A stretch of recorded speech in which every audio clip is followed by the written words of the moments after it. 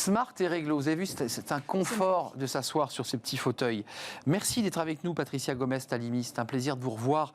Vous êtes avocate en droit social au cabinet PDGB, spécialiste du droit du travail. On va parler du ranking. Alors, c'est un mot un peu barbare pour les collaborateurs. Le ranking, c'est l'évaluation des salariés. Alors, c'est d'abord l'évaluation, pour qu'on soit bien précis sur le plan du droit, il y a deux types d'évaluation. Il y a l'entretien annuel et puis il y a l'entretien professionnel. C'est pas la même chose. Absolument, Arnaud. Bonjour. Alors, l'entretien professionnel, c'est l'entretien qui est obligatoire après une longue période d'absence pour le salarié. Donc, on fait le point sur son devenir, sur ses ambitions, mais la question n'est pas de l'évaluer. Voilà. Donc, en revanche, l'entretien dit d'évaluation est un rendez-vous souvent annuel qui a lieu dans la plupart des entreprises. Donc vous aurez compris que le chemin est différent. Alors, le Code du travail n'est pas très disert sur cette question de l'entretien annuel. C'est un peu touchy, comme on dit, parce que d'abord, c'est souvent source d'inquiétude pour le collaborateur, qui pousse la porte du DRH ou de son manager. C'est une évaluation. Qu'a le droit de faire l'entreprise en matière d'évaluation et de ranking? Parce que c'est un peu complexe, là. Alors, je dirais, je citerai Churchill sur l'évaluation. Ah bah alors. Oui, effectivement.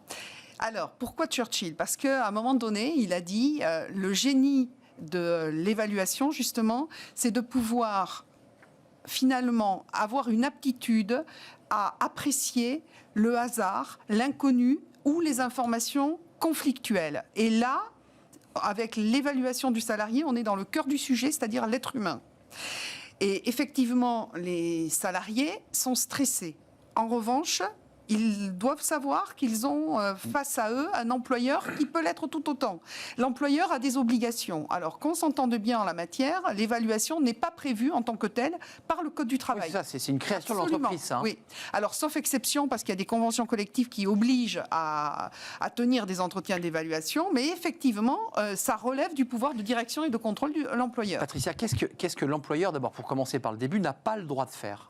Alors, il n'a pas le droit de discriminer le salarié. Il n'a pas le droit de ne pas lui communiquer à l'avance les moyens utilisés pour son évaluation, c'est-à-dire les techniques d'évaluation, et il n'aura pas le droit non plus d'obtenir de sa part des informations relevant de sa vie privée. D'accord, ça c'est un point sur lequel... Absolument. Donc ça veut dire que le DRH ou manager, normalement, si l'entreprise est un petit peu structurée, en RH, a une grille d'évaluation. Qu'elle aura mise en place au préalable avec ses représentants du personnel, son CSE. Et le cas échéant, s'il y a un traitement informatisé des informations, avec son référent en termes de données personnelles, pour que tout soit conforme au regard justement de la législation. Alors on reviendra sur les recours, parce qu'il y a recours possible de contestation de son évaluation. C'est vrai dans le privé, c'est vrai dans l'administration. On peut contester, parce que parfois ça a une incidence sur les promotions, sur les augmentations de salaire, ça semble évident. C'est quoi les différents types d'évaluation ? Il y en a plusieurs. Oui. Alors en pratique, ce qui est très à la mode, c'est l'évaluation dite 360. C'est vrai qu'on en entend beaucoup parler. Donc on envoie... On tourne autour de l'individu. De l'individu. Donc on envoie à ses collaborateurs des demandes, finalement des grilles d'évaluation du supérieur hiérarchique. Alors, le 360 est effectivement très pratiqué. On a aussi des tests, ça c'est beaucoup plus classique, des tests dits d'évaluation. On répond à des questions. Absolument. Tac, tac, tac, tac. Et après, on a aussi la notion de benchmark, c'est-à-dire que vous êtes évalué au regard des autres. D'accord. Voilà. Là où on commence à approcher de la ligne rouge, c'est lorsqu'on parle de ranking. C'est ça. Le ranking par quota, contraint, ça, c'est drapeau rouge. En ranking, ça veut dire quoi? C'est classé. C'est classé. C'est classé par quota. C'est ça. C'est le classement par quota imposé. C'est-à-dire que l'évaluateur, mais vous ne le savez pas, forcément. Vous vous en doutez, mais vous n'en êtes pas certain, vous, salariés.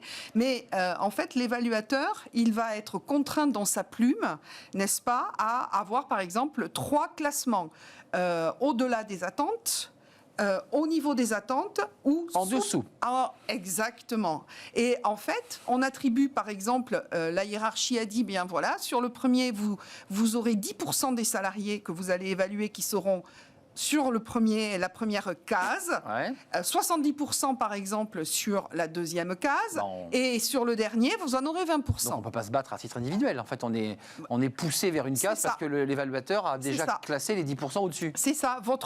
Malheureusement, c'est chronique d'une mort annoncée si vous êtes à la fin, finalement. Oui, on a perdu, quoi. Et on a perdu. Et alors, ce type d'évaluation a été sanctionné à quelques reprises par les tribunaux qui sont là-dessus extrêmement durs. Ça veut dire qu'il ne sert à rien d'avoir une évaluation individuelle si effectivement on est classé dans une masse et que de fait on n'a pas le choix. Si effectivement on passe dans les 10 derniers, on n'a quasiment aucune chance. Et puis surtout, l'évaluateur n'est pas impartial parce qu'il sait qu'il est contraint.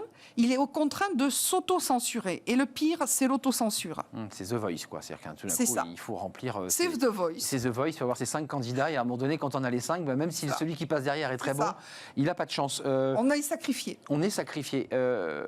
Quand même, la contestation est importante. On l'a vu dans le public. Le public, c'est assez fréquent, les litiges de contestation, d'évaluation, parce que parfois, ça fait monter d'une catégorie. Ça permet...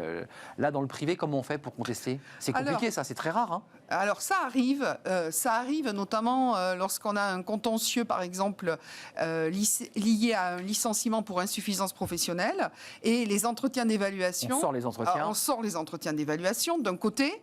Et de l'autre côté, effectivement, si le salarié a anticipé le problème au regard de son entretien d'évaluation, il peut, à cette époque-là, déclencher un précontentieux, voire un contentieux, en demandant à l'employeur de réviser sa note. C'est-à-dire que concrètement, pour donner un conseil pratico-pratique, on signe pas la feuille? On dit, voilà, parce qu'à la fin, il faut la signer quand même, cette évaluation. Alors, qu'on s'entende bien, ce n'est pas parce que vous signez que vous approuvez. Donc, si vous signez... On peut dire que vous avez signé. D'abord, vous avez une case, forcément.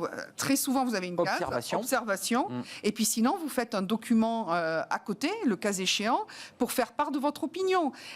Et je dirais quand même quelque chose sur le sujet, c'est que les contentieux liés à l'évaluation sont, comme vous l'avez très justement remarqué, Arnaud, extrêmement rares. Pourquoi? Parce que l'évaluateur sait qu'il sera aussi évalué. Donc, je vous parlais du phénomène de l'autocensure. Et souvent, on constate une autocensure et les évaluations ne reflètent pas forcément la réalité, en fait. La réalité. Ouais, il y a une sorte de non-dit qui n'est pas... D'implicite. Il y a de l'implicite sous l'évaluation. C'est ça. Et chacun, finalement, est dans un deal au moment d'écrire. Un consensus. C'est ça. Parce qu'il faut rédiger. Est-ce que les consensus ne sont pas fondés sur justement le non-dit? C'est vrai.